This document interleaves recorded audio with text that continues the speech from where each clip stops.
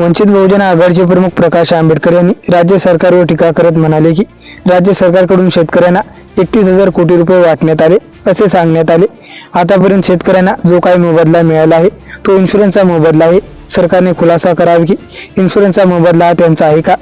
Insurance हा शेतकऱ्यांनी वैयक्तिक काढला, त्याचा त्यांना मोबदला मिळाला। सरकारने 31,000 कोटी रुपये वाटले आहेत का, याचा खुलासा करावा।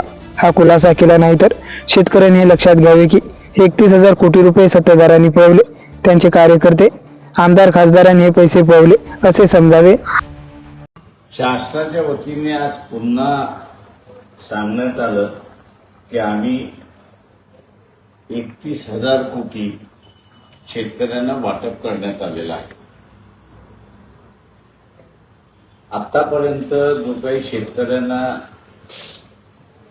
मोबदला मिळालेला आहे तो इन्शुरन्सचा मोबदला मिळालेला आहे।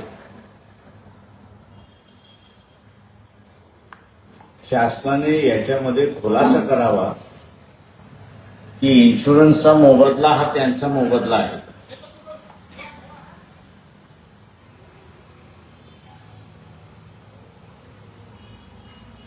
इन्शुरन्स हा शेतकऱ्यांनी काढला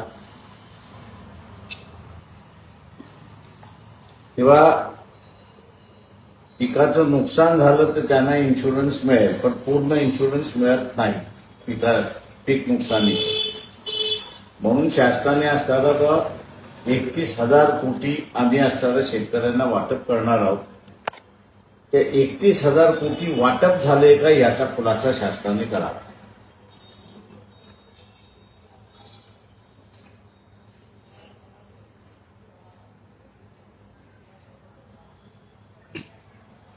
शासनाने 31,000 कोटीचा खुलासा केला नाही तर शेतकऱ्यांनी एक लक्षात घ्यावं की 31,000 कोटी शेतकऱ्यांचे सत्ताधाऱ्यांनी पळवले, त्यांच्या कार्यकर्त्यांनी पळवले, आमदार खासदारांनी पळवले, पक्षाच्या पदाधिकाऱ्यांनी पळवले।